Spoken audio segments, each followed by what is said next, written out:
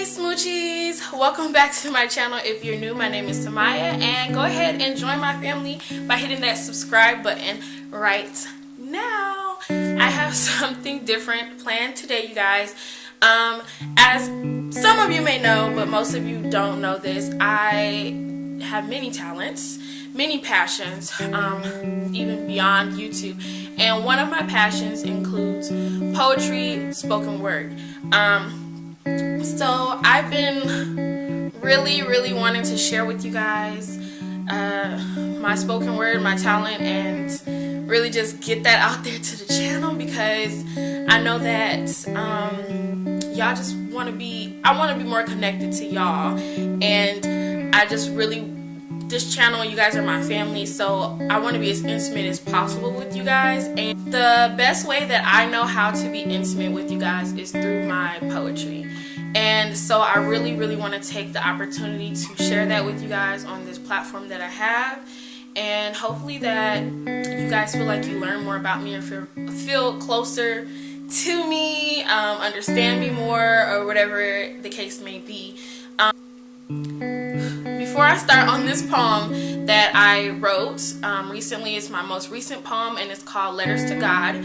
I kind of want to just talk about what poetry means to me, what it's done for me in my life, and what spoken word is for those of you guys who don't know. Well, so spoken word is basically a genre of poetry, and basically what it is, it's like a mix between poetry and drama. And what you say is just as important as how you say it when it comes to spoken word. The way that you convey your story or say your poetry can really affect how the audience takes it. It can, you know, elicit an emotional response even. It just changes the direction and the dynamic of what you're saying based on how you say it.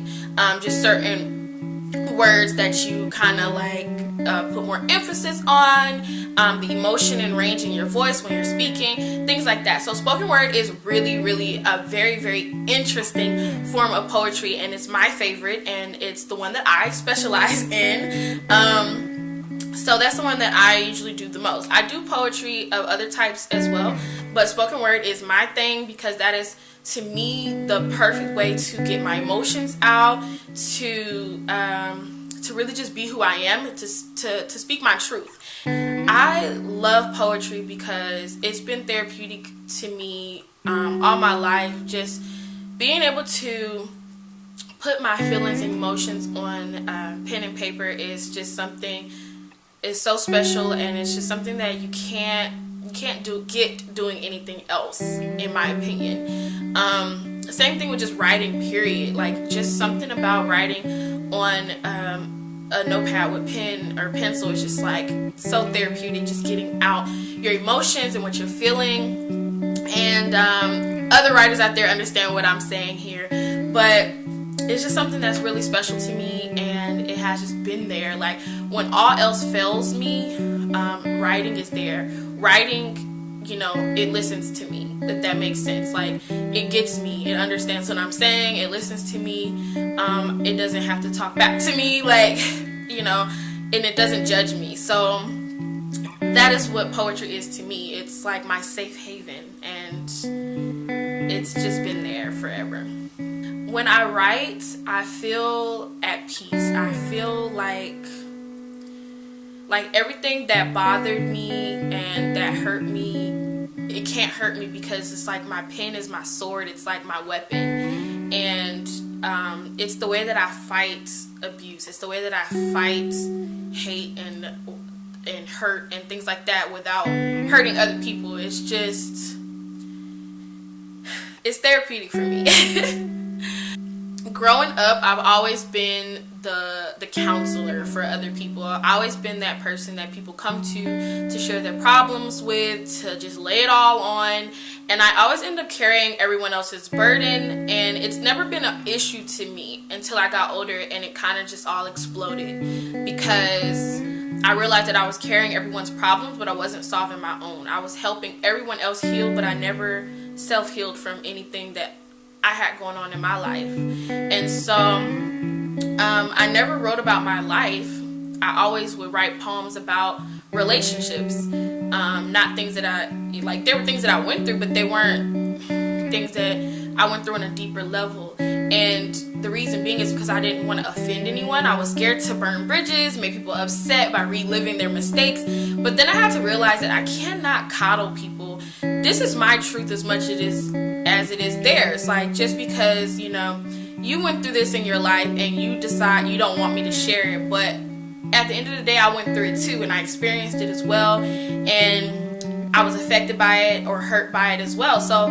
it's my truth too. So I have the right to share it if I want to. I have the right to kind of like put it out there as my form of therapy and to heal, because I've given everyone that chance to heal. I've given everybody that safe space to heal, but no one's given that to me except poetry. So I'm using my YouTube as my platform to do that. I speak freely on my YouTube. I say what I want. And it's the one place that I can share my life and not care about the judgment, because it's for me, like for me to look back on, for me to see myself grow and to understand where I've come from, where I've been, and where I'm going. And so that's what poetry is for me, and that's what my channel is for me. So why not combine the two and share my poetry with you all, so that you guys can get a glimpse of who I am and what makes Semyia Semyia, and just understand where I'm coming from. It took this poem in particular is what you're gonna fully understand as I read it, but I want to kind of like give a little background, because when I write, I kind of write for myself, and I realize that I don't spell everything out. So if you don't know me, you're not going to be able to grasp the full story, because I write for me, for like my understanding. But this poem is basically, it's called Letters to God, and it's basically me writing to God and talking to God about things that I've dealt with in my life that have impacted me in a way that I felt, I almost felt like I was being broken, and or that I watched other family members be broken. And one thing about me is I'm not a religious person. I never have been. I'm a spiritual person. I've never been a religious person. And I'm a firm believer that my relationship with God is different from your relationship with God or whoever you have a relationship with. So I would appreciate if the super strong religious people, if you just kind of refrain from commenting on this video to tell me scriptures or whatever, just because I'm gonna be honest with you, I'm not gonna read them and I won't respond, because I don't really like people to preach to people, you know, about their lives and how they should feel and that sort of thing. I do want to disclaim that I do believe in God, but like I said, I'm spiritual, I'm not religious. So there has been times in my life, naturally, like I feel like it's natural for any human being, and anybody who tells you that this has never happened for them is probably lying. There's been times in my life where I've questioned faith, and I've questioned God and His intentions, His plans, or just His presence. So this poem is about all those times, the lowest points in my life where I've questioned God. And I'm going to get started. I did not memorize this poem because it is new. I wish I did, so that I can, perform it without having to look down. But I do have my notes right here, so if you see me looking down, it's because I am reading. It's a new poem, and like I said, I didn't memorize it, but there are certain pieces I know, so I can kind of look at y'all a little bit. But yeah, bear with me, guys. I'm going to get started. Dear God, I'm writing you this letter because I don't know if you still hear my prayers. I've been wondering lately. Please tell me, God, are you there? I'm trying to make it on my own, but it feels like I'm going nowhere, dear God. Damn. Sometimes I think you left me. Like my real dad, you turned around and abandoned me. Walked out on his kids and his wife. Day he left, packed up all his shit and took the keys to his new life, dear God.